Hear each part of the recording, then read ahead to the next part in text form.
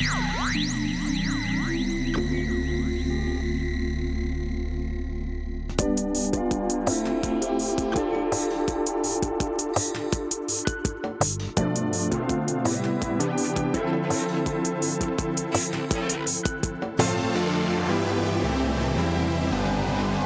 to the Compact Podcast. We are broadcasting to you from a nation oppressed, living under the yoke of the free trade regime.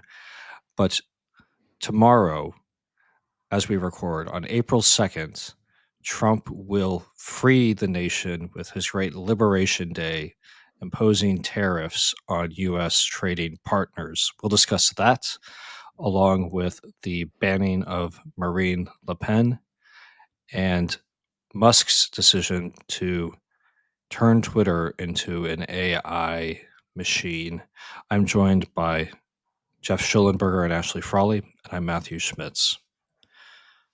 So, we live in chains at the moment, but tomorrow our liberation comes. Guys, how excited are you for Trump's new tariff initiative, which will end the free trade enslavement of this nation?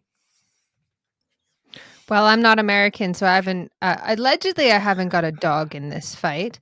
But, my husband's quite the normie. And when my husband comes to tell me something, I know that I'm like, oh, geez, this must be big news. So apparently Europe is ready to pick a fight with America on this, which is, I find rather interesting. Europe seems to be ready and willing to pick a fight with just about anybody these days. They seem to think that they can raise an army from the ground.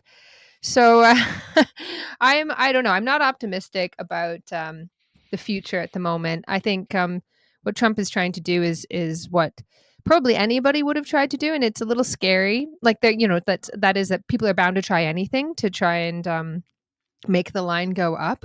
To save us from what appears to be an impending economic apocalypse. Perhaps maybe I'm overstating that. I hope that I am overstating it. But it's a little bit disturbing just how much the world seems to look like the 1920s. Like the tariffs as being the economic policy of the day. We've got, eugenics coming back. Hey, let's euthanize disabled people. That sounds like a nice idea. It only took us 100 years to forget. But I don't know. Somebody give me a reality check. I'm all doom and gloom. Well, Geoff, you're in the United States, so you must feel a greater sense of elation.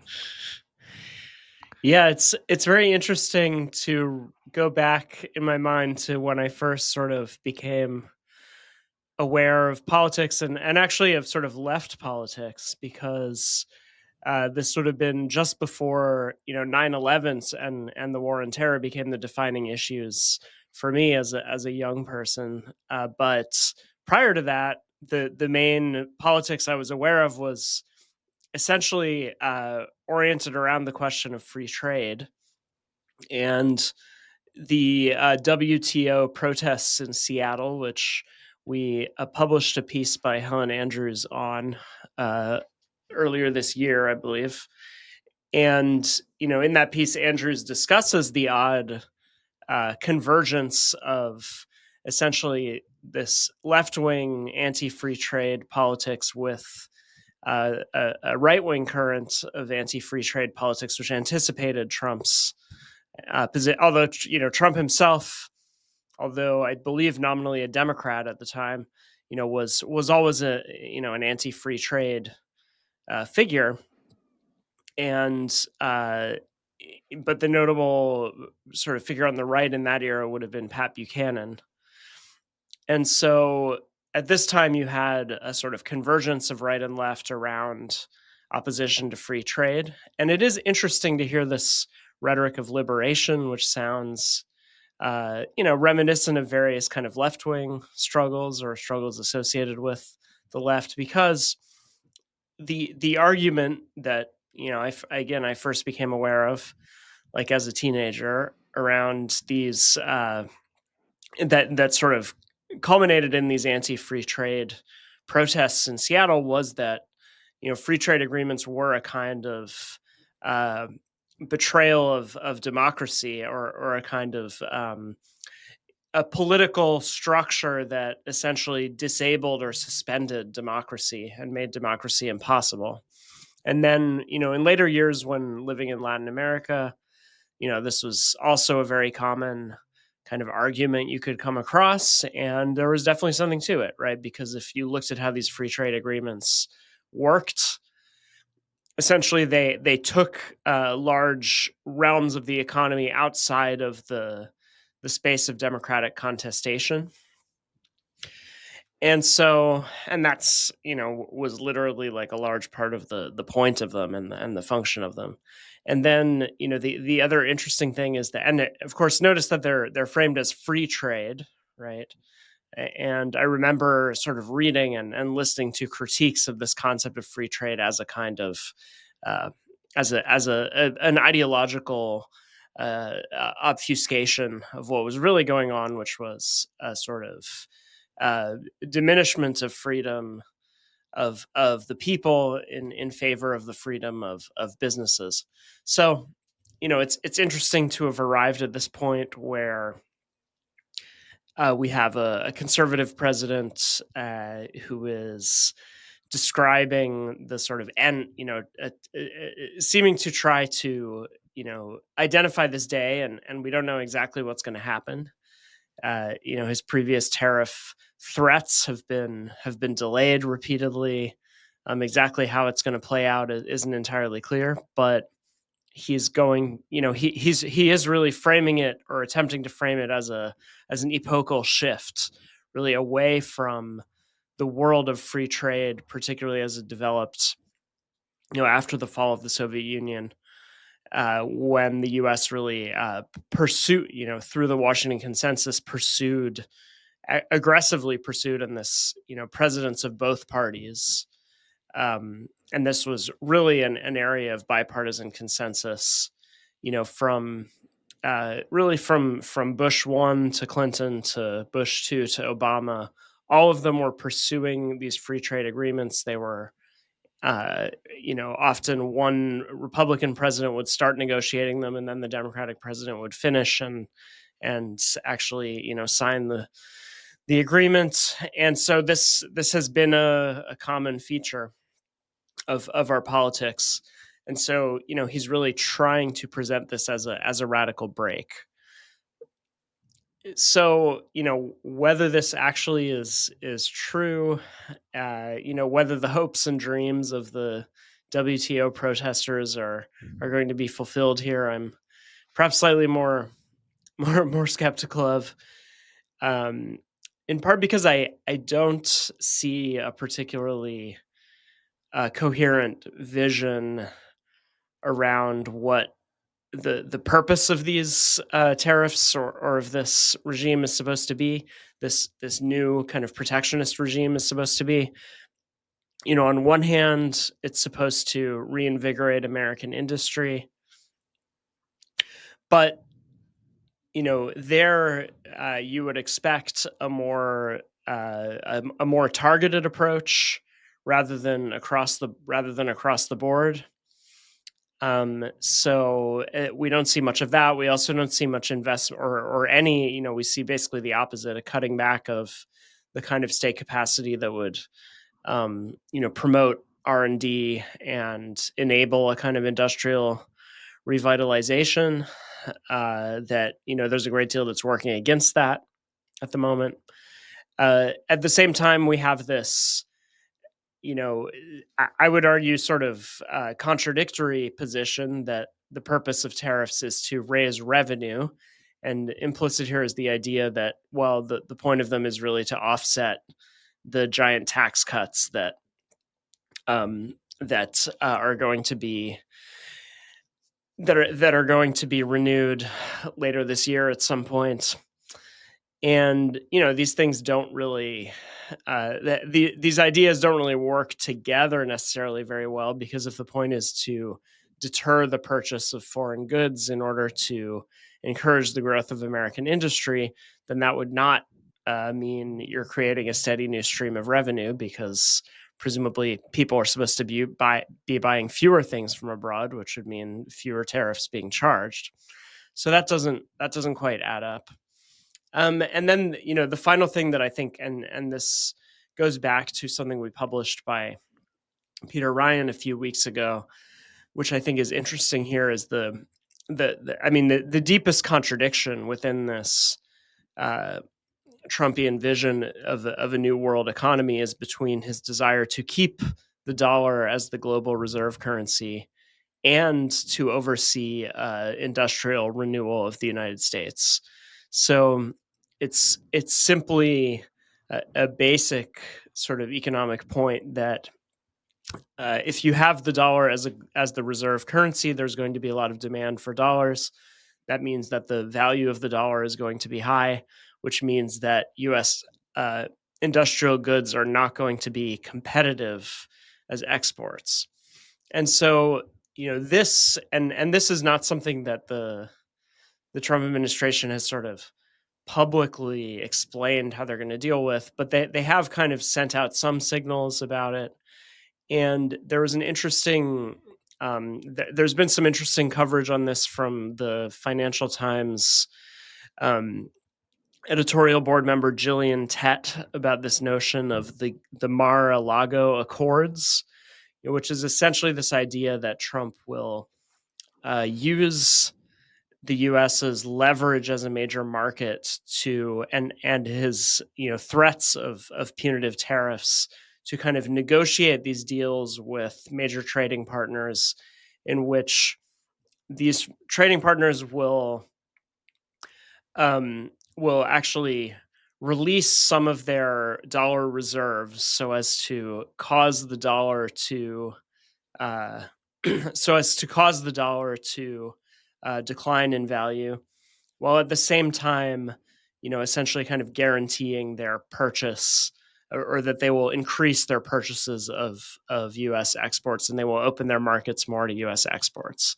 So there's kind of this idea that you can somehow have it both ways by using the size of the economy to, the size of the U.S. economy and the threat of tariffs to, essentially strong arm major trading partners into these sort of agreements that will allow the dollar's value to decline, which will in turn make exports more competitive, while at the same time,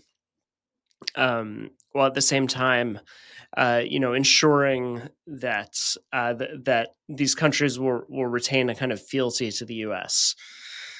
So it seems like risky business.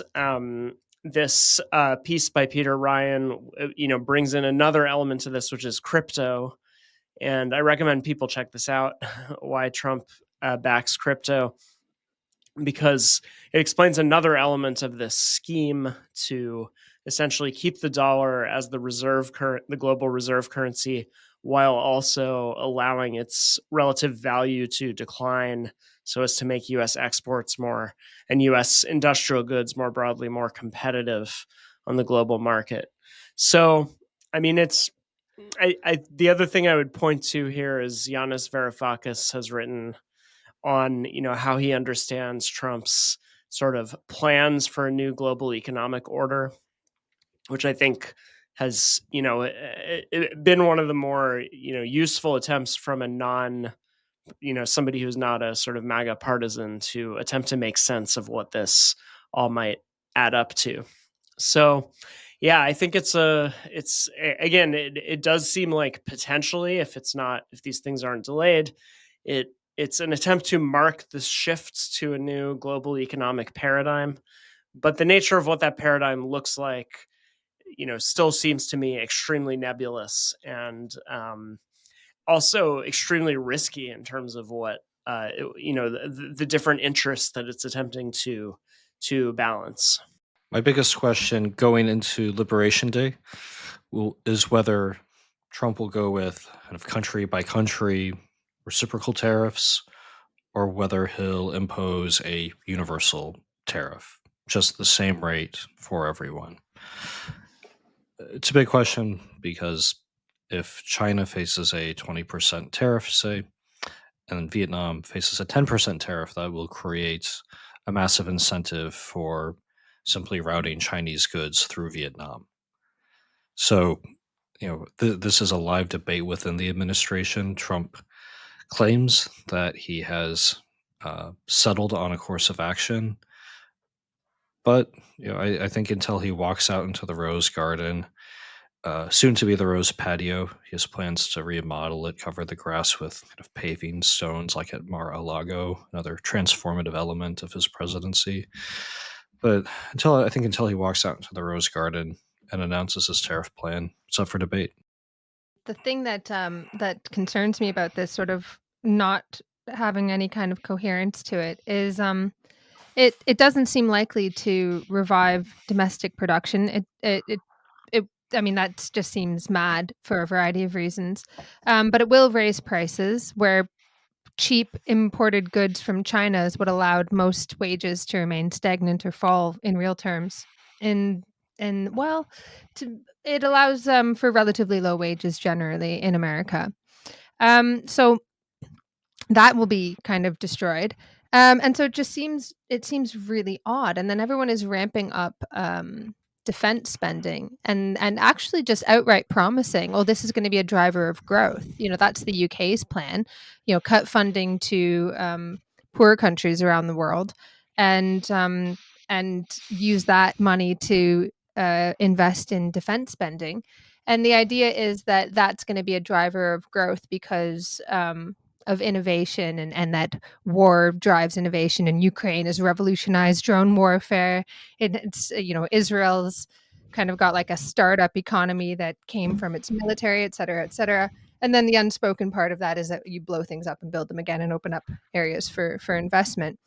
So it seems like there's going to be a massive recession and wars coming, and I don't know, and I've been trying to figure out what the heck everybody's trying to do with these tariffs, but it just seems to me that that's the inevitable outcome.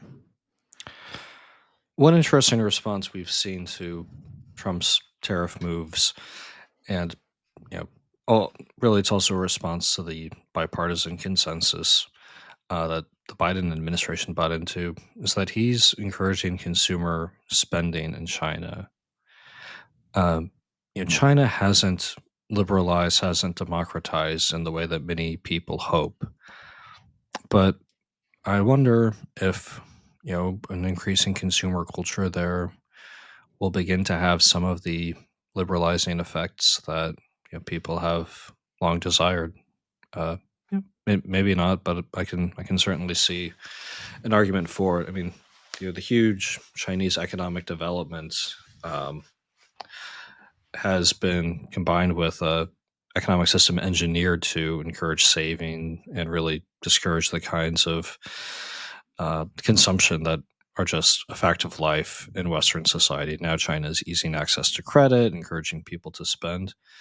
So maybe there's this is not an economic case, but maybe there is a kind of old school liberal capitalistic case for Trump's protectionism if it, by depriving China of the U.S. market, forces China to find a market at home for its many goods, forces them to really create a consumer society, to absorb all their manufacturers, and then by reducing Chinese influence in American life, leads to a certain liberalization in America because there's less control from a foreign autocracy.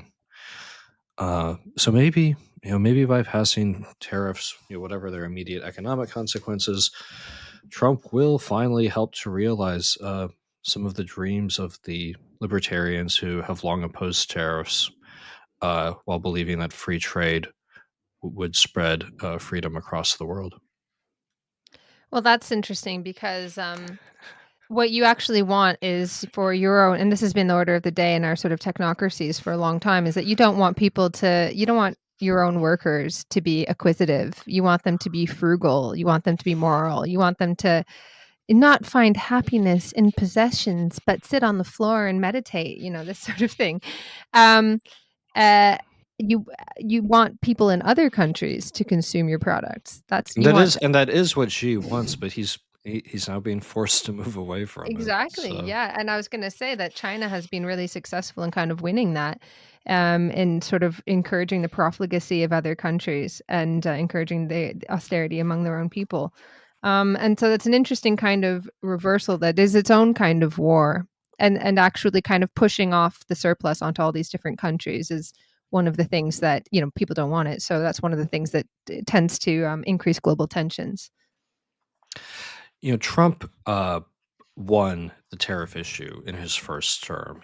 He brought in more limited tariffs on China. He renegotiated NAFTA into the USMCA, U.S. Mexico Canada agreement, and the both moves were embraced by Democrats as well as Republicans. The it should be said that Trump is now renegotiating trade with Canada and Mexico yet again. And I think one big question we have is whether Trump's current tariff moves, Liberation Day, and related measures will enjoy similar success. Looking at campaign rhetoric, it would seem not. Democrats are increasingly positioning themselves as the anti-tariff party. This, of course, is their historical role throughout American history, with their base in the South, along the kind of rock-ribbed free trade portion of the country, and also their strength in other rural and agricultural regions. You see all of this anti-tariff rhetoric coming from the party now. Justin Vosselo, compact columnist, will recommend his piece for us. Democrats must avoid the anti-tariff trap, where he discusses these issues. There's reason to think that Democrats would seek to roll back Trump's tariffs. And if a Democrat succeeds Trump at the end of this term, I'm sure that'll happen to an extent. But my guess would also be that some of these tariffs will remain in place, that Trump is going to take and hold some territory.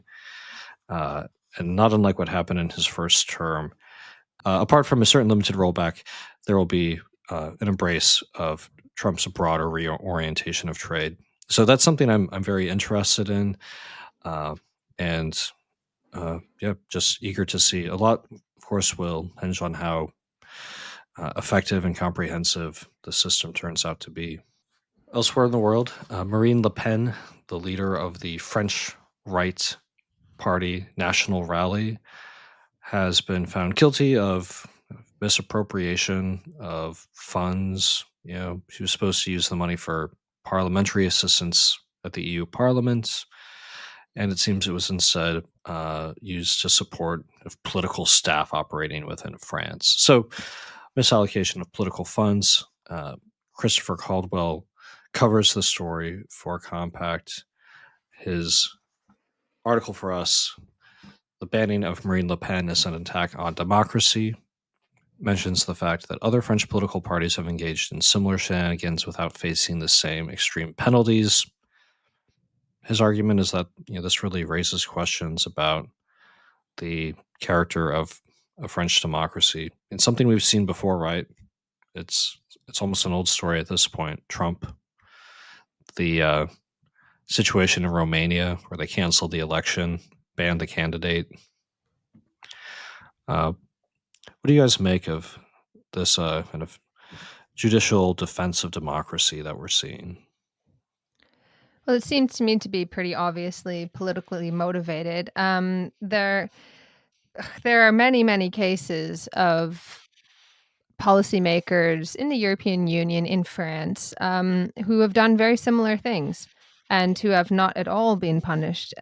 And judges are all, courts all appear to be stacked in their favor. And the courts all appear to be stacked in their favor for pretty much every issue when it comes to like this sort of global technocracy, these quasi sort of liberal, middle of the road sorts of people.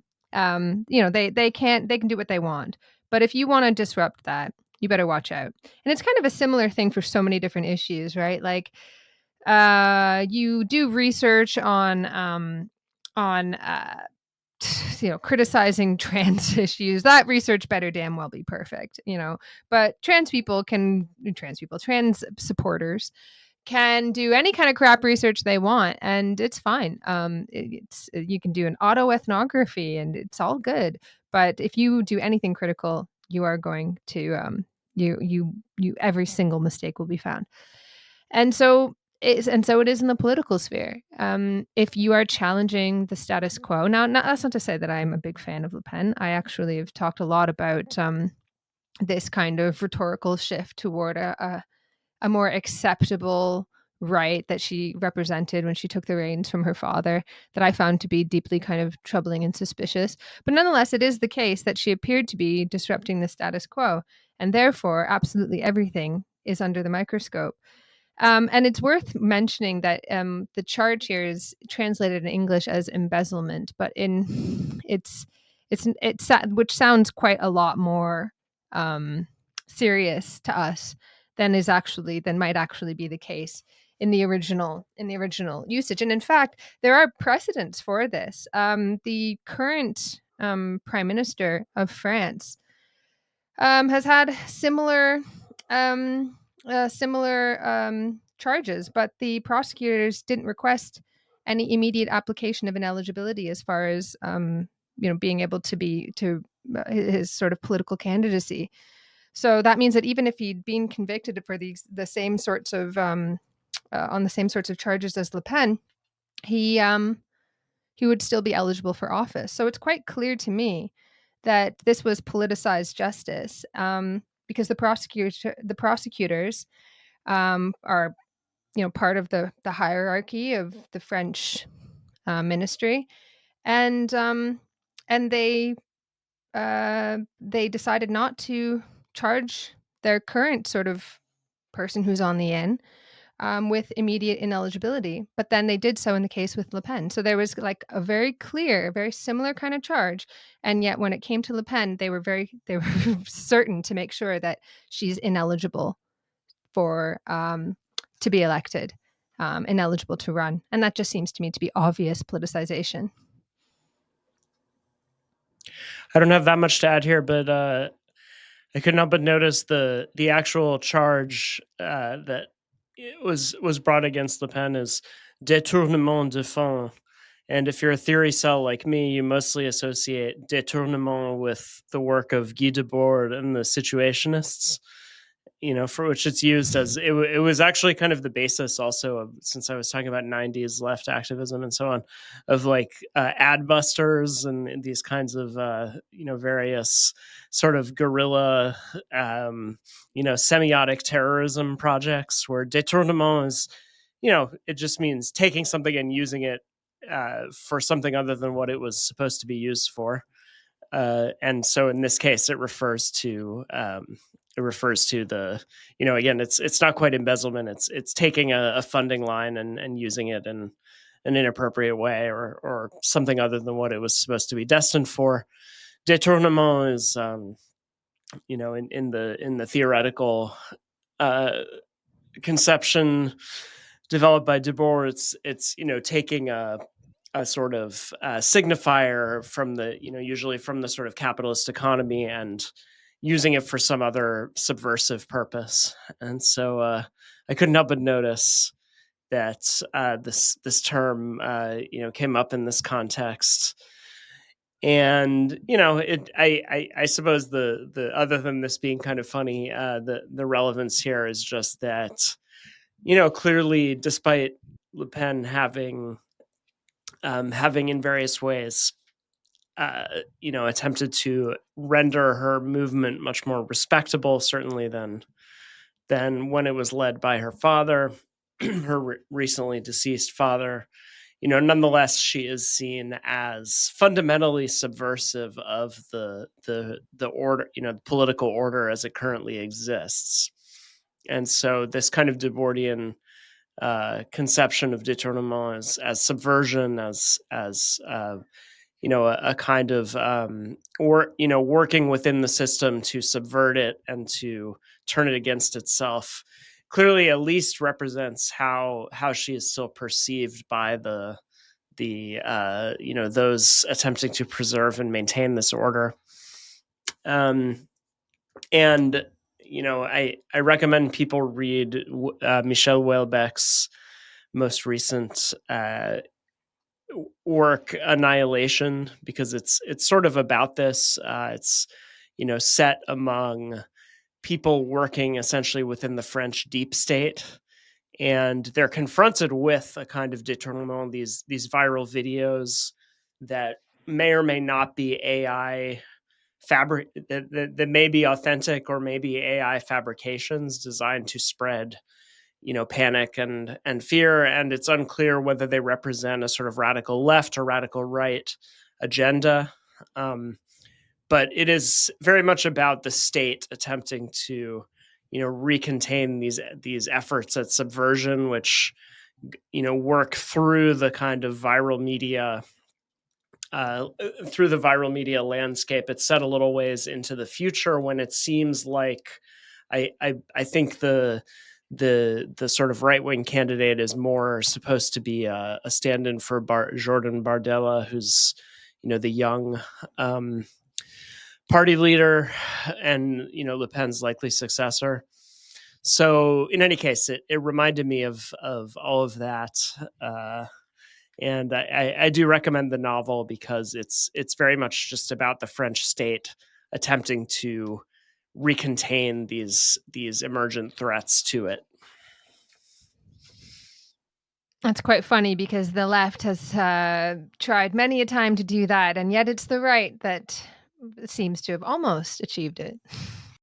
In other news, Musk has sold X.com, the company formerly known as Twitter, to his own AI company, XAI. There are a couple things going on here, right? But I think the big story is just the rise of AI as a tool people are relying on, but also as a potential driver of financial growth.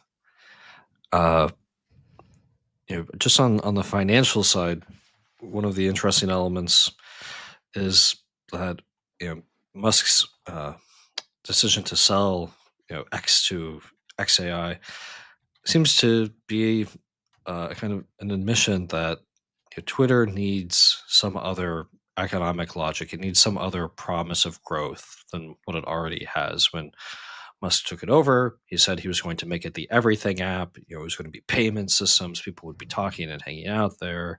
I know they would just conduct their entire kind of public and economic lives through the app. That hasn't materialized at all. He really hasn't transformed it. He cut the overhead by slashing some of the employees when he took it over, but he hasn't made it into something new. And frankly, in many ways, it's just much worse for sharing links. It's harder to use as a kind of center of conversation and a node of information. But we're told that all of his changes have been wonderful and marvelous by his many admirers. Well, now he seems to be using it to kind of build an AI company, and of course, all the other Silicon Valley big players, Meta, Google, they have their AI companies. These companies have huge valuations. People expect a lot of growth out of them. So for Musk to sell Twitter to X, or to sell X as it's now called, to XAI, sort of a way to juice the numbers. It seems like a way to kind of prop up his own balance sheet and the valuation of his companies. It's sort of like, I don't know, taking a rock out of the road and telling your little brother, well, this is not a rock. I mean, this is the rock of Khazad-dûm. This is a very special rock. And kind of telling a story that really somehow magically increases the value of something that remains basically the same. So I think there's a financial operation of that sort going on. And you sense I may be a little skeptical of the actual economic promise of AI. And maybe that's naive of me. Maybe it will have big economic effects, but I guess I haven't been so impressed by my experiments with it up to this point. Yeah, I mean, one of the things that makes this a little bit concerning is that there are, you mentioned like this idea that X would become this sort of everything app, a bit like the WeChat of the U.S., and that's highly concerning in terms of like surveillance capitalism and all of that. But also there was talk of integrating this enormous data set from Twitter/X into this, LLM model and integrating it with Neuralink, which is just every time I hear Neuralink, I go, oh God. And then in the news, there was this, what was it, yesterday? There was this big story about a woman who had lost her ability to speak, having a brain implant that allowed almost instantaneous translation of thought into words. And this is how this kind of stuff is sold, right? Because everybody's a bit like, I don't really like the idea of a brain implant, but it's always like, think of the disabled people that we actually don't really care about in any other context. But it becomes like the sort of battering ram that opens the door to all sorts of creepy, weird technologies. And I don't know, again, perhaps I'm overreacting, but I think it is worthwhile to react and at least have that in your mind. That's kind of how these things become so powerful. They're just so convenient, so darned convenient. And actually, a lot of people have, an all or nothing kind of approach to ChatGPT and these kinds of, AI, large language models or whatever. And it's like all or nothing. But I do wish, and it sucks because it is just so damn convenient. It is so convenient. And that this is going to be used against you. People are saying, oh, don't go on there and, give all of your information. This is going to get used against you. And yet it's so helpful. And I want to not have an all or nothing take on these LLMs. It's a bit like when Wikipedia first came out. I remember I was in a lecture once when I was an undergraduate, and I mentioned Wikipedia, and my professor, of course, said the obligatory, "Wow, anybody can edit that." And I said, "Well, I don't recommend it if you're an idiot." And I accidentally hugely disrespected my professor there. But interestingly, the next lecture, he came back and he had Wikipedia pulled up. And he was like, "This is great. This is great, you guys." Because you scroll down and there are all the references. And you can go and it tells you what to read and like where you can read things. And I was like, that's right. I don't recommend it if you're an idiot. I think you should think about these things as the way I think about like ChatGPT is like it's a really overeager undergraduate research assistant. Because like undergraduates will just make up references and they might occasionally say things, but it's because that are interesting, but it's because they misread something at some point. So you're like, oh, that's interesting. But then you have to go and it kind of like gives you a lead to go look up, And I think that's great. And I think it's also great that we have developed as human beings this ability for us to have a conversation with ourselves and the incredible, vast richness of all the textual communication available that's been fed into anyway these training models. And yet again, I lament the fact that within our kind of increasingly stifling box of surveillance, it's just you just know that it will be used against us at some point, if not already. But I think that there's a risk of kind of throwing the baby out with the bathwater when it comes to these things. And people are kind of saying, oh, wow, we didn't, there was no consent to, using all of this data on X and on Twitter to train these models, as there was for nothing, as there wasn't for any of these models to begin with. On the other hand, I think it's fantastic. I think it's a great idea. Now, the fact that it will be used against us at some point is bad. But like, there's also this sort of, I think it was Jeff, you mentioned yesterday when we were talking that there was this conspiracy theory that Musk is actually trying to tank the US government to replace it with like a AI, like, or what was it? AGI. Um, and I thought that's hilarious because that echoes like cybernetic socialism. like these dreams of these socialists. So, in the wrong hands, as with anything, it's a bit like the railroads. We've got a piece coming out in the next couple of days that talks a bit about this in the magazine in Compact. They tore up the landscape. They were pollutive. They used the bodies of workers and destroyed them and were horribly exploitative. And yet they were an incredible boon for all humanity. They were undoubtedly an enormous aspect of progress that could be used for greater ends. And I think that's fantastic. And I see AI in a very similar sense, that yes, within our current context, it's highly exploitative. It displaces human beings. It has all these horrible things, and yet allows us to, make enormous leaps forward, at least potentially in terms of planning and that sort of thing. I'm revealing my socialist preoccupations here.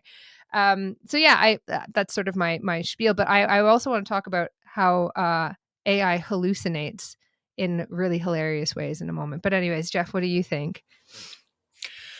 Yeah, I mean, I think that in terms of this particular move, it's just reflective of, on one hand, we've sort of moved from the age of the social media bubble to the age of the AI bubble. So in part, this is just a kind of recognition of that. And I believe behind this is the fact that Musk, is highly leveraged because of his purchase of Twitter. So there's a kind of moving around of debt, because basically he had to borrow a ton of money to make the purchase, and clearly it's not a particularly it's not a particularly lucrative investment for him. It was done more for political reasons, and so he's got to kind of move things around so that he can attach that debt to an asset that seems to be more likely to appreciate in value, i.e. AI, until that bubble bursts, which I'm definitely of the view that it will. It's just, we've seen it over and over again with the tech industry. It's just that's kind of the cycle. So, I think that's clearly what's going on here on a mundane level.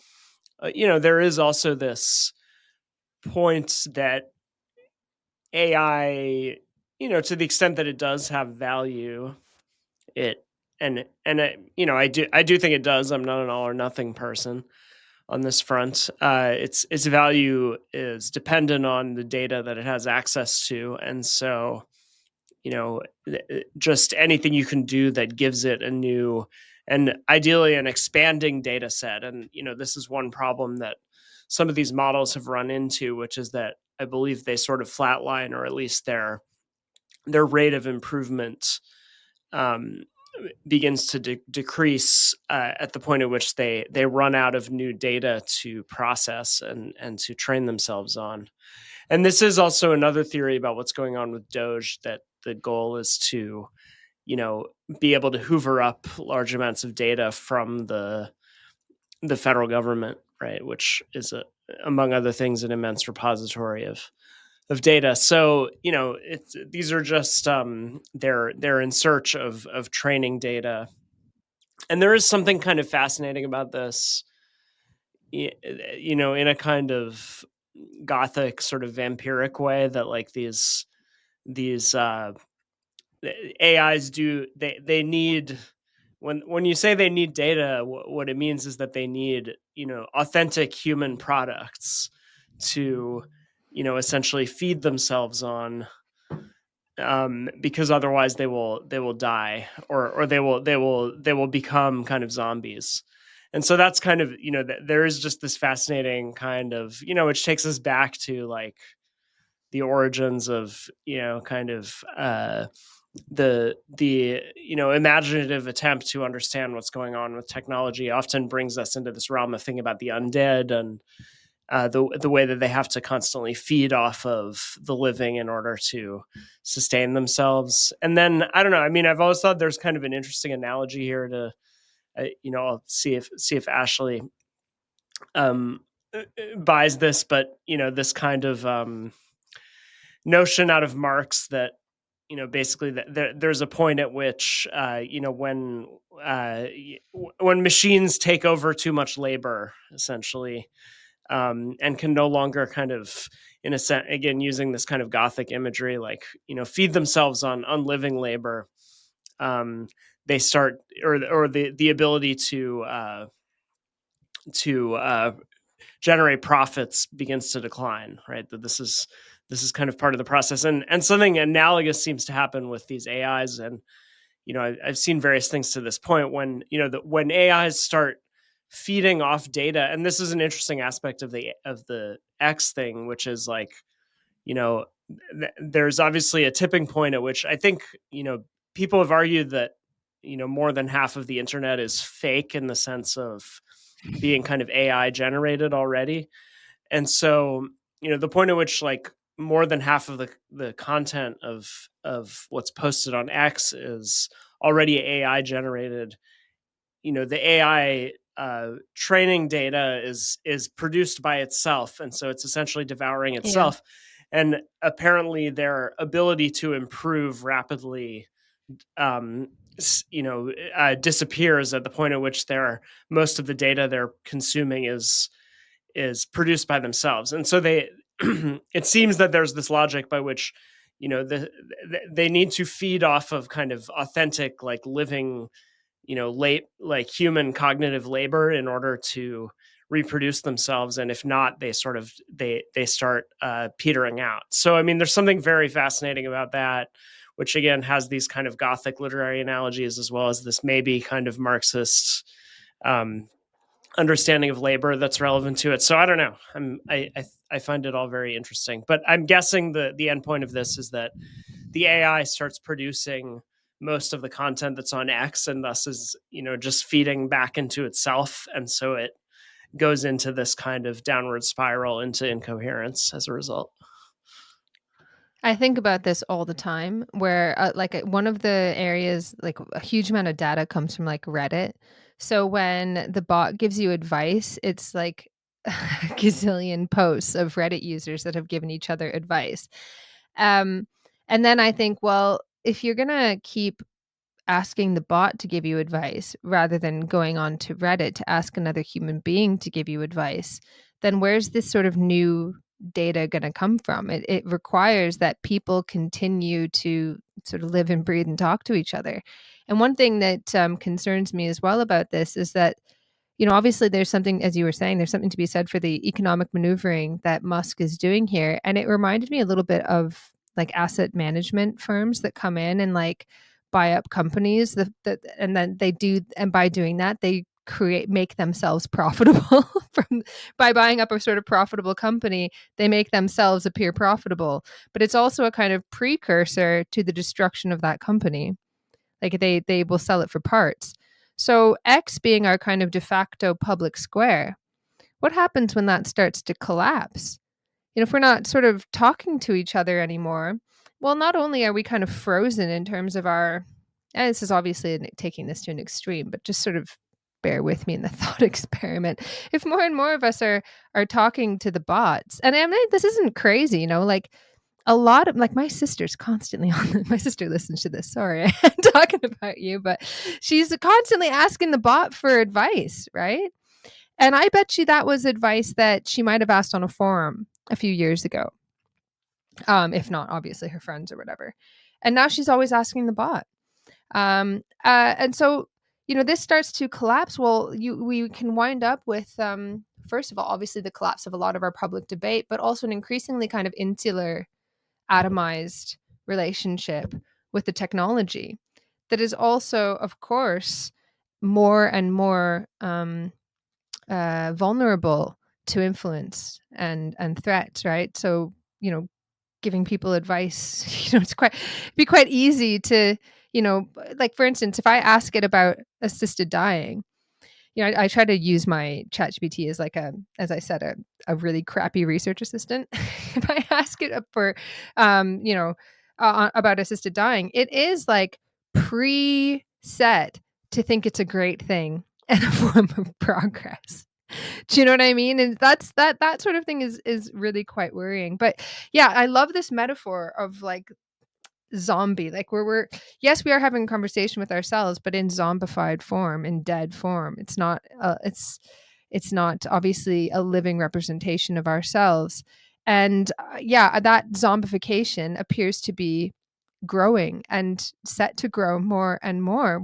What happens if our public spaces begin to, as they are, like Facebook is just all freaking bots, man, and like people are responding to fake images, and I for some reason in my feed I'm always getting like this old house or something, and it's like clearly an AI generated image with an AI like caption, and then in the comments people are like, oh, here's what I think you should do with this house, and then the AI responds like, that is a great idea, it brings in these elements, just like clear bot speak, and people are just having these conversations with these bots.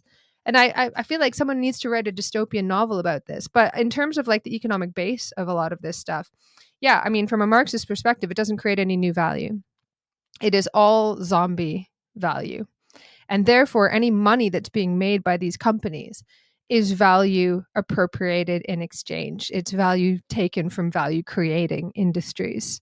So when you see these all this money on these on the balance sheets of these AI companies, that represents very, very little new value being created from in a Marxist sense, and it's all reappropriation of value from elsewhere, which means that it's a bubble and very, very likely to collapse. But then again, the idea too is that capitalism is liberating itself from a system of value based on labor anyway. And so it's not necessarily a bad thing that you can have something that produces something that a lot of people need with very little human labor. But in terms of capitalism, where people need to eat, and that system is still based on like you exchanging your time for someone else's, it's a real bad thing. And so it leads to I'm blackpilling everybody, but it leads to yet another reason to be very, very worried about these things. There's absolutely no way that you can have some kind of boom based on AI, at least from a capitalist economic sense, because it is not real value. It is appropriating value from other value creating industries.